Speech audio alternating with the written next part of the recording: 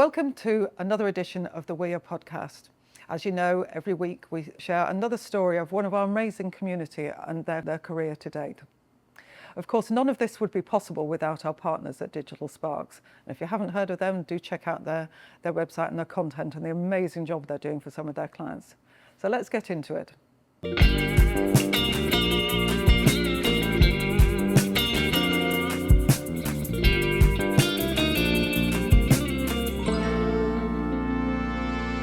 Today we are joined by a true global thinker and change maker. Alisa Zotimova is the founder and chief exec of AZ Real Estate, a business she launched after walking away from the safety of a corporate life with no outside funding, just drive and self-belief in a better way of doing things her way. Her story spans from Moscow restaurants and mega deals to building a client-first agency model in London, where she's redefining what flexibility and leadership can look like, and especially for women. She became a mother in her late 30s and balances high-end service with strong boundaries and remains a passionate advocate for equity and agility in real estate. We're delighted to share her story today. So, Alisa, welcome to the We Are Pod. Thank you very much for joining us today. Hi, Claire. Thanks for having me. Pretty exciting. And I mentioned in the intro that obviously you're obviously Russian, but you had a corporate career both in Russia and then you came to the UK. Did you start your business in the UK from at that point, or did you come with the corporate? I came with a corporate, so I'm grateful still to Cushman & Wakefield, who allowed me to transfer from Moscow office to London office, and I worked here in the UK, in the city, and then in the West End for 5 more years. So yeah, quite a bit of time, and in commercial leasing and investment, cross-border investment. And then yeah, it was 2012 when I decided to start my own business. Yeah. So let's sort of unpick all of that a bit. So you launched your career in Moscow. Yeah. Obviously you were educated. You had a degree in economics. Economics. Yeah. So of course you're working in a restaurant. Yes, well, because it's nice to have some cash while you're studying, right? Yeah. So as I understand it, you were approached at that point. Yeah, Somebody said they recognised my spark. No, some some of your attributes that they thought would translate very well into the world of real estate. Yeah. So that was maybe 2001, 2002, so a while ago by now, and it was just the dawn of kind of property, commercial and private property, really, if you think about it, market in Russia and in Moscow and its capital. And there weren't really many people who had any kind of property education. So what you really needed to have was kind of good English, which I had because I studied in the States for a year. I was an exchange student, and a client sort of minded mentality. And before this interview, we had a conversation. We were talking about those the soft skills that people have that. I think if people have got them naturally, then it's easier. So you can learn how to sort of value and sell real estate, but the people skills, perhaps it's more a natural a trait, I guess. Yeah, I think we're all predisposed to something, and I think I was naturally always quite open, sort of, and curious about people and happy to talk to people. But I think you can also build them, hopefully. But when it comes to property, I think the starting point is people and relationships with those people. It's that know, like, and trust. I agree. So, you've obviously got people skills, and you've developed that alongside your property career. So you were in Moscow.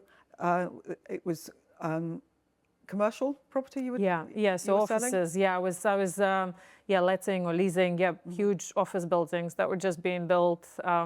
The first sort of skyscraper, and it was quite nice now to, I haven't been back for a while, but to go back and see, that was really? An excavation, that was a site, and now look at it. So an exciting time to be part of something very exciting. That was new in Russia at the time. Absolutely. So you were headhunted to come to the UK then?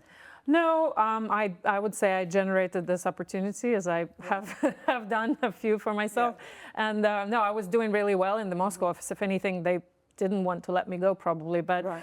I have come to London a few times as a tourist, as just for visits, and I actually came a few times to see the market, to the property market and this beautiful, much more mature market, amazing buildings that you guys have had here, and I loved it, and I was thinking, what would it be like to live here? And so I sort of engineered a transfer opportunity. I was like, let me go for a year. They said, oh, we'll let you go for 6 months. And here I am 18 years later. Yeah, but you're not with them 18 years later. No. So how long did you stay with them? 5 years. Right. It also coincided with them supporting my visa, which, was a good thing to do. But once that was done and I could become, I could get this thing called ILR, indefinite leave to remain. Right. That was, I was much more free to do what I want. And I took the leap. Yeah. So what made you think, right, now is the time to go out on my own? Yeah. Well, I think it would be great, I don't know, to say, oh, it was my vision or, it was something grandiose. But I think a combination of factors. Well, I have been probably pretty fed up by then for 10 years. Corporate work, I've tried different roles within those. I worked for JLL and Cushman & Wakefield. So 10 years in the corporate world, I gained lots of experience. Had you transitioned to residential at this stage? No. You're still commercial? Yeah, I was still, commercial. Okay. But I've done various, I've done investment, I've done office leasing, I've done corporate occupier work for companies like, Colgate, GE. I've done, and my last role was actually probably what inspired me, because in Cushman, there was this kind of unique role where I worked with independent agents in countries where Cushman's didn't have its own office. So like in Kazakhstan or South Africa, it wasn't big enough for them to set up directly. So I was covering what was called, the Alliance program, actually. And and I met all these very entrepreneurial people who were doing really well in their market. So I think that inspired me as well. And you thought, okay, could that work in the UK? Yeah. Or just what would it be like to work for myself and, implement my own ideas if I have a good idea, cut some of the red tape. So, again. And the thing is, when you're running your own business, you can actually pivot very quickly. So you can try things, and if it doesn't work, okay, that didn't work. Let's move on to the next one. Whereas in a corporate, they've got to roll it out and test it, and and it takes much longer. They're not as nimble as a small business. It's true. So what I should say is that you are working in that prime central London market. Yeah. And that is a niche market, and it's fiercely competitive. I think you know all of this, but I just want to know that the listeners understand the market. It really is niche. Did you ever think about, when you launched your business, going to a different market, or was it always going to be? No, I think, it's also fair to say that when I first launched it, it was based on what I already knew. So I was thinking of the skills I knew that I knew investment, and that I knew international kind of occupier and international investor mindset, and I knew London, and I knew property. So actually my first projects were not residential either. And I thought, well, I worked with these big investors, investment funds, pension funds, who have tens of millions of pounds, but what if there's somebody with 2 or 3? And I felt like there was a gap, there wasn't enough people to support them, still a lot of money, and help them, and that's how I started. And then I added on residential, and then so I've been around for 13 years as AZ Real Estate, and like you said, we've tried a lot of stuff, and some of it is no longer, doesn't make sense. And residential, focusing on prime central London, has been my focus probably for the past 4 or 5 years solely. And so that was 2012, which was. That was such an exciting year in London, wasn't it? It was a great, the Olympics, and it was, me too. I loved it.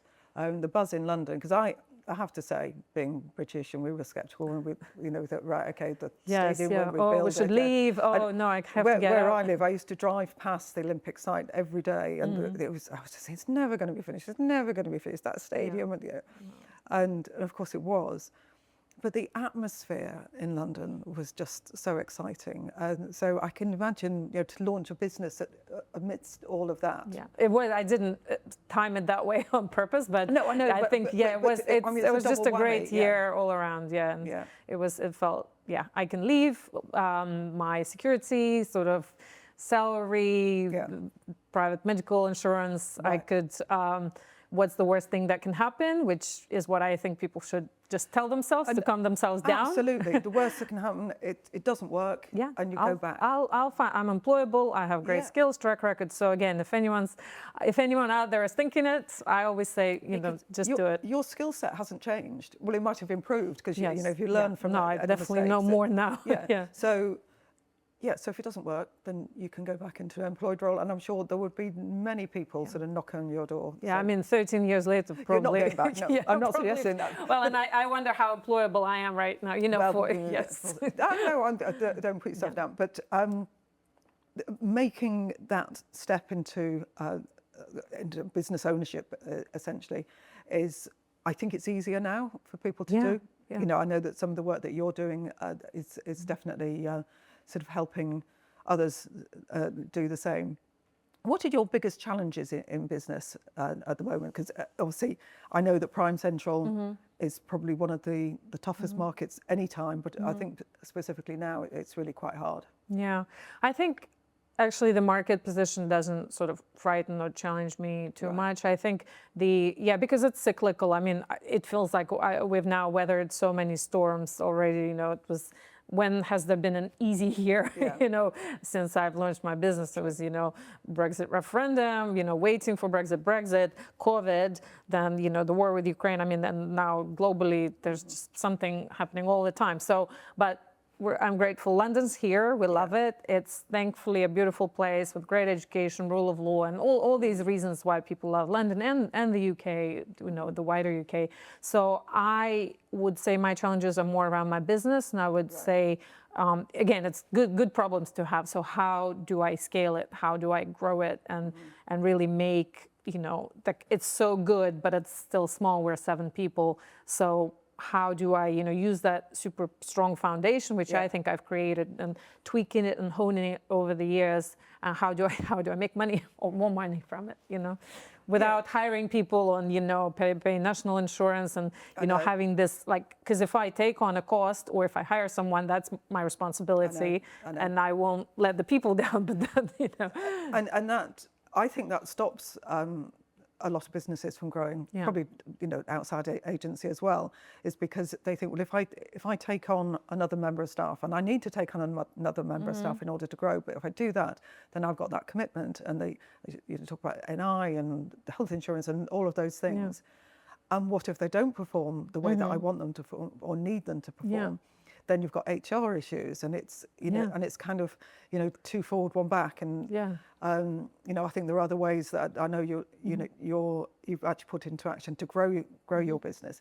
Will it always be that Prime Central market that your business will look at, or would you look at other markets as well? Well, I think I think it shouldn't be restricted to just Central London. If anything, over the years I've raised equity for developers in Cambridge. Right. We bought a student block for a client in Birmingham. So I think there are great markets out there. One needs to be realistic as to how you're going to service it all. You can't know everything equally well. There's no point of pretending to. No. But I think my idea is kind of UK wide. But we're based in Marylebone, and for my core team, what we do is we look at being able to get to our instruction within kind of 40 minutes, by public transport. So it's not. We are actually, I think how I've been a bit of a challenger is not being attached to this little patch of streets and just this the streets kind of high street estate agent. So we sell things. We've taken on instruction in Windsor, Right. And okay, why not? Yeah, exactly, because it's a great little very unique thing, and it's been on with the local agent and the owner. I know that you're very keen to support other agents who are wanting to sort of build a reputation and a business. But you became a mum for the first time quite late in life. Yes. Age, are you good? Do you want to share it? Oh, I don't mind. So I just got in 39 and a half, so just under 40. And so you scraped in there. Yes. I mean, not that, because I'd be happy whenever if it happened. And did you find, once you became a mum and you were, obviously you were working, you've got your own business to run, did you find that it was more difficult? People treated you differently, I guess? I think, good question. I think I was so established or well established by then as a professional, as a business owner. Yeah, I didn't really find any kind of resistance. I do remember not, sort of spreading the news to my clients too much back then, just not to give them, again, it would be completely unbased, but I knew that there could be, well, she went to get pregnant, that's it, let's put our business somewhere else. She's just going to have babies and play with them, and that's it. But that is not a challenge a man would have. No, I guess. Ever. I mean, no. I know, Oh, yes, no, let's not give John any work because he's going to be like up all night and babysitting and leaving early now. But it would just never happen, would it? No, So no. It's interesting. But thankfully, it didn't, happen again in my case, and I had a team and there was continuity, and hey, I was happy to be back before too long. I mean, as I had the flexibility of dipping in and out, so that's the plus side. And I've seen women in self-employed roles doing just that, and even taking the baby on viewings. I'm not suggesting that your clientele perhaps well, but I think we can make it work now, and I know you're very keen to encourage women into that kind of setup so they can have that flexibility. I think I am. It's for both kind of sales negotiator roles, but also for kind of, well, I don't want to say back office, but for operational roles.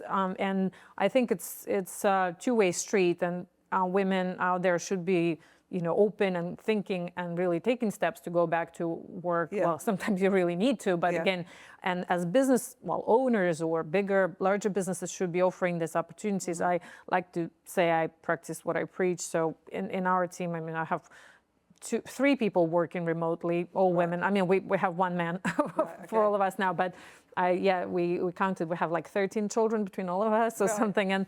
But 3 women work remotely. One actually doesn't have children, she just works remotely. But my operations head, she works 5 days a week, comes in 1 day and works until 2:30, I think. So again, she can then go, and I've offered that flexibility, and we have our AML kind of admin manager, Mariana, comes in once a month maybe, and she works also like 2-3 days. So I've offered flexibility, and through that I got great people with commitment. So if businesses can do that, I encourage everyone to do that. The loyalty, doing that, the loyalty you will establish with employees, and I don't really understand why employers don't see this, that they're not going to go anywhere, because they get looked after very well. It works around their family, and it's got to be something that's pretty major for them to make a move. So, and I know that there are, obviously during COVID, everybody was working from home. And I have spoken to employers where they say, no, we need everybody back in the office because people, they're abusing the system. If they're getting the job done, does it matter that they've not put 8 hours work in? If the job is being done. I think there's ways to kind of set targets, meet targets. And I think what's not quite possible is having a kind of a sales negotiator work from home more than maybe 1 day a week. And I think, and again, I'm open about the challenges I've had with that. So as spillover from kind of COVID times, we've had 2 optional work from home days, and then that just became, that was getting a bit kind of abused, not abused, but even if people are going into the office, having some level of flexibility. So, I don't know, start later in the day. We start at 9:30. Well, come work for me. So, and how do you manage it, in your family with childcare? No, I have a pretty happy setup. I don't want to irritate people with it, but it's, we get up in the morning, alternate drop-offs, school is nearby, my husband's very involved, and then I do start checking in earlier, but then I then kind of go to the office a bit later. I just think that's such a common thing. We get up in the morning, we look at our phone, we check our emails, don't we? So you've actually started work.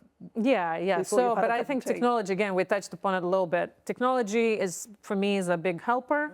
I think humans should have willpower to control it, and tips and tricks around there, tell you how to do it. I like to think it helps me rather than it controls me. And but of course it slips sometimes, as we all know. So we'll come back to technology. So you've got a 6-year-old? Yeah, a 6-year-old. What do you think their life is going to look like, their working life is going to look like compared to yours? Yeah, well, it's a mystery. Crystal Of ball course, he's time. going to inherit my business and make it amazing. And, you know, AZ Real Estate are my initials as well as A to Z. And, you know, when I was thinking about the name, my son's called Leo, but I was like, should I call him with an A initial so he could easily inherit it? No, so, yeah, no. So thankfully, not thankfully, but no, we picked Leo. So point is, yeah, it's really changing, but I think, again, kind of, I'm trying to raise him a kind person, and I tell him kindness is primary to being cute or smart, or you know, and I think you know, that's quite sort of maybe a little cheesy, but I think it's important in the career and professional world. I think it would be this, people skills. I think they're underestimated. Yeah, really well, I think they will. Maybe some people do, maybe some people don't, but they would come to the the forefront more and more, and really, being able to, you know, work with people and understand humanity, and because we will probably outsource a lot of stuff. You used a word that I have always thought for my children, being kind. I think, you know, just being a decent human being counts for an awful lot. Yeah. Going off topic somewhat again, but do you fear for him because of social media and what he's going to be exposed to? Well, yes, of course, kind of. Yeah, I mean, that's a only one way answer, but I also feel like we're doing a lot, like, you know, thankfully in our school, in the community. I think it's the generation, so yeah, the people right before him, I think the kids have fallen in more. I think now as parents and as, you know, I don't know, even countries, there's I think we're going to do better for kind of his age. So yeah, as far as we plan, he's not going to get a smartphone until, I don't know, 16 or 18. Yeah. 16. Good luck with that one. Yeah. Good luck with that one. I know. But I think if the critical masses out there and other people, other kids won't have it. Because, you know, once they're, I don't know, most of them will have a smartphone, certainly when they're at secondary school. Yeah. I mean, some phones with some capabilities now, they're coming in more, you know, just. Yeah, but being able to control what they're seeing. And I would, you know, I still think that the platforms, you know, X and Facebook and Instagram, I'm sure they can stop some of the content that goes out that young people are seeing. But yeah, good luck with waiting until he's 16. Yeah, but I also think, we can't just hope for them to stop it. We really need to take an active role. And I think, again, it's, boundaries, right? Like with everything. And we did have this because he does have, you know, an iPad that he uses, and we parcel it in 15-minute time limit chunks, and he gets 3 per day, you know, unless blah, blah, blah. Yeah. But Roblox, as I'm sure you've heard of, was on there, and we kind of, he tried it a little bit a few years ago, and the IT teacher sort of great guy in our school, he said, well, how basically bad and vicious it is. And we then took it off, and we explained to Leo, like, no, Roblox is no more, because we spoke to the school and we spoke to the iPad, and it's not a good thing, and you're not playing it anymore. And he kind of, you know, accepted that. Right. And other kids do it, and we're like, yeah, but he says, no, I don't have Roblox because it's evil. Wait till peer pressure, another couple of years and peer pressure will come in, and they're all doing I'm it's a challenge. One step at a time, you know. Yeah, I know. So I know you're an active member of the Weir Facebook group, but what does the community mean to you? What benefits do you get from it?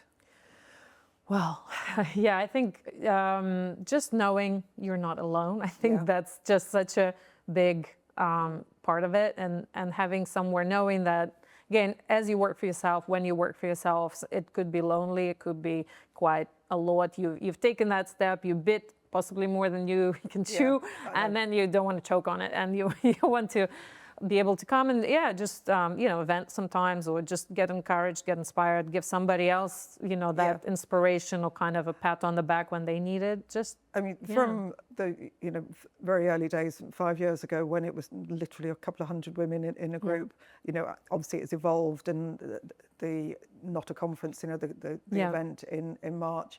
I hope you're coming to that. Yes. Well, I think, to me, and the group is amazing, but I've actually I don't do Facebook very much, No. so I actually don't, I dip in and I read Yeah. through stuff and then I come out and I may not check in. But the conference, that for me, yeah, I've been to the past two, and I'm coming again. But that, I think, has just been so great. It's, people ask me, well, what's the day about? What will I get from the day? And I think, well, if you've been to industry conferences before, and I said, well, it's not like that.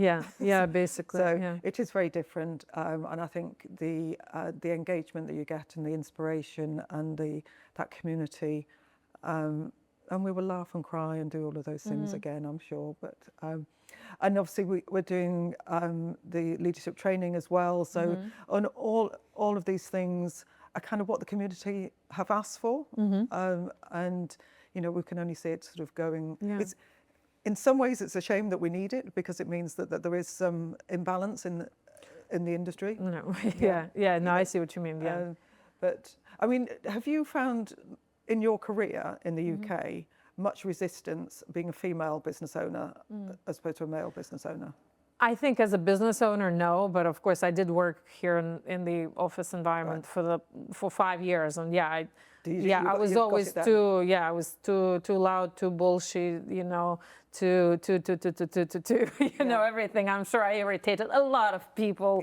People being my male, Was that very male dominated? Yeah, I would say yes. Yeah, I mean, there were great women. There still are. And probably now there are more and more. But again, a lot of the female roles in the teams that I worked for were administrative, so PA with a view to marry somebody. Again, I don't want to generalize, but there were a lot of those career pathways. But some women grew and became partners and amazing. But it was still, I mean, I think now it's happening more, and I'd like to think things have changed. They are changing. You see, actually, they are changing, but they've not changed. And I think that there are still women that are facing those challenges. If a corporate career is what they want, then they are finding obstacles that their male counterparts perhaps don't. Which is why women in a state agency exists, I guess, or part of the reason. Well, it's been lovely chatting with you today, but there's one last question. We always ask every guest who they'd like to see in the hot seat. Who would you like to see interviewed on the pod? Well, I thought about it, and I don't know if you know a guy called Simon Gates. I do know Simon. Yes. He hasn't been here yet. No. Yeah. So I would say, because I was also invited kindly to his podcast, and I think he's just such a bright, sort of switched on individual. He's great. And when it comes to social media and AI, he's obviously and also I think he's he was an agent, and we found some books we both like. So maybe. He's great. He's really switched on, really engaging, and I'm sure he'll be a great guest. So we'll get him invited. Yeah, get him over. Thank you very much for joining us today. Thank you, Claire. Thanks. Thank you.